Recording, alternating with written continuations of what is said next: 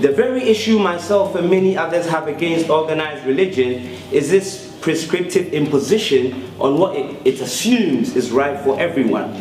It would be hugely hypocritical for me to hold such a stance, and I had to speak to the organizers about this to change the manner of my representation. In African spirituality, we recognize the Creator's imprint or essence in all things. Therefore, it's never an us versus them approach. This does not mean that I exempt myself from passing commentary on whether any of these religions have any usefulness for Africans, especially when we can see clearly how they are increasingly becoming impediments to African progress and development. Rather than the upliftment of its people, what we see are barriers preventing cooperation for mutual benefit and the creation of this mental psychosis that promotes a subservient attitude towards other lighter-skinned peoples and expressions of self-hatred, particularly regarding its ancestral traditions. We also see how it inhibits the development of personal potential by restricting the exploration of self, whereby people are resorting to seeking salvation externally rather than doing for self and with community. I repeat the three main impediments that religions are fostering in the mind of the African or the black. It prevents wider cooperation for mutual benefit. It develops a subservient attitude to mainly lighter-skinned races.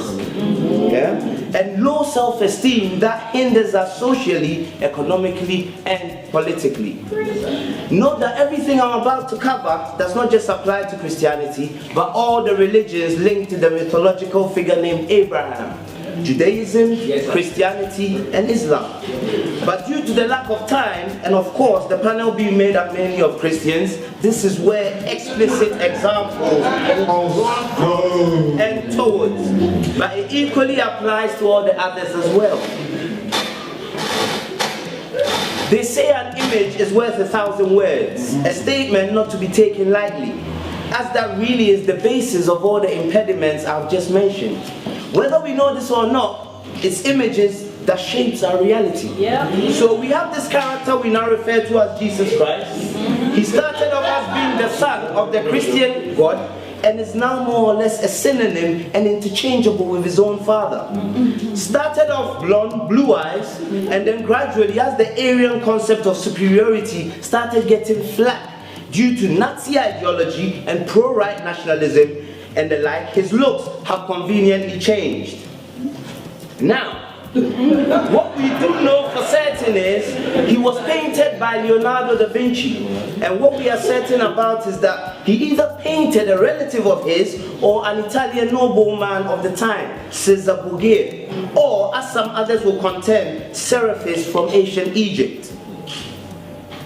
Now, in all this confusion, what we know for a fact is that with all these representation, no one really knows what he looks like. So why is he still in the church? One of our esteemed scholars, either Henry Clark or Dr. Ben, stated that the day the European image of Jesus is removed and placed with a black one in churches, most black folk will go to church, will stop going to church. I agree. Do you? Oh, no. See, the same power we associate with an image, we extend to those who resemble it.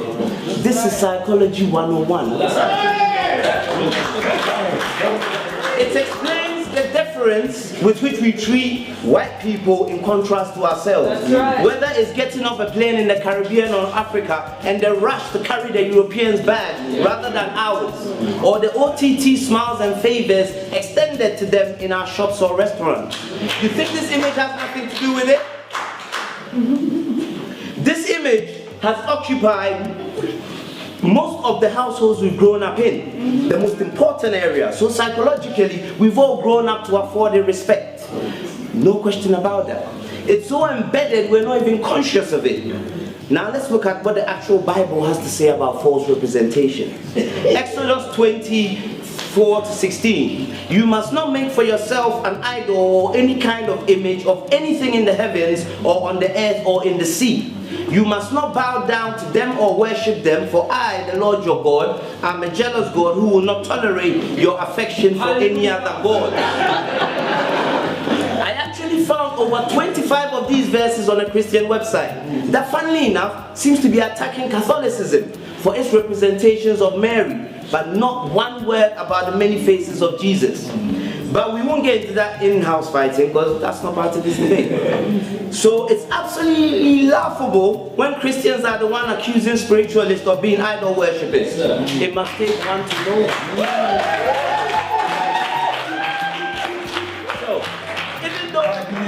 Even though the point of correction is this, we don't have any idols in African spirituality, period.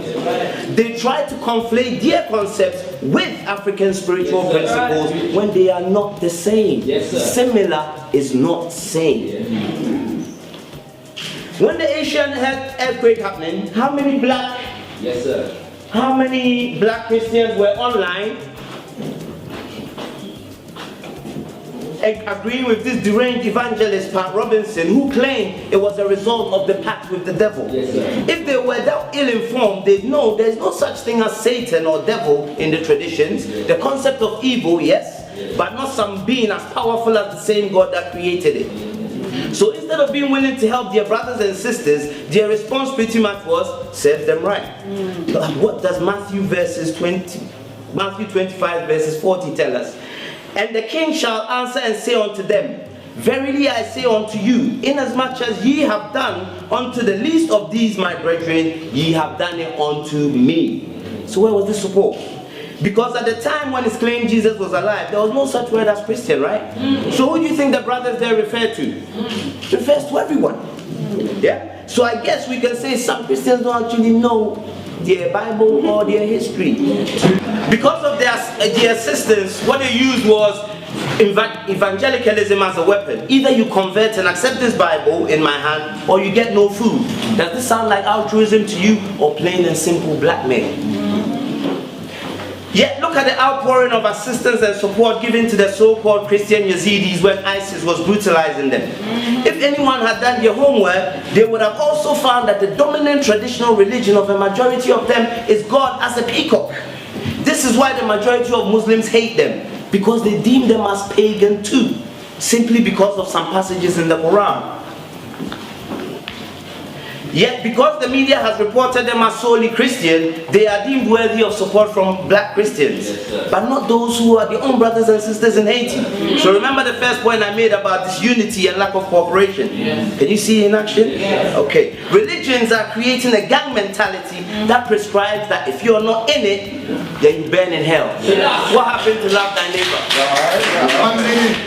Now, I want you to look at the book, this book that was handed in my house the other day, November 16 edition from Jehovah's Witness. Look at the people depicted in heaven. That's right. My friend the Papa, yeah? Can you see anything disconcerting here? There's not a single black face in heaven. Yes? If this was a government publication, we'd be screaming racism and marching all over the place. But look, there's a space for even animals in the book. But look where we find the one black person, the back.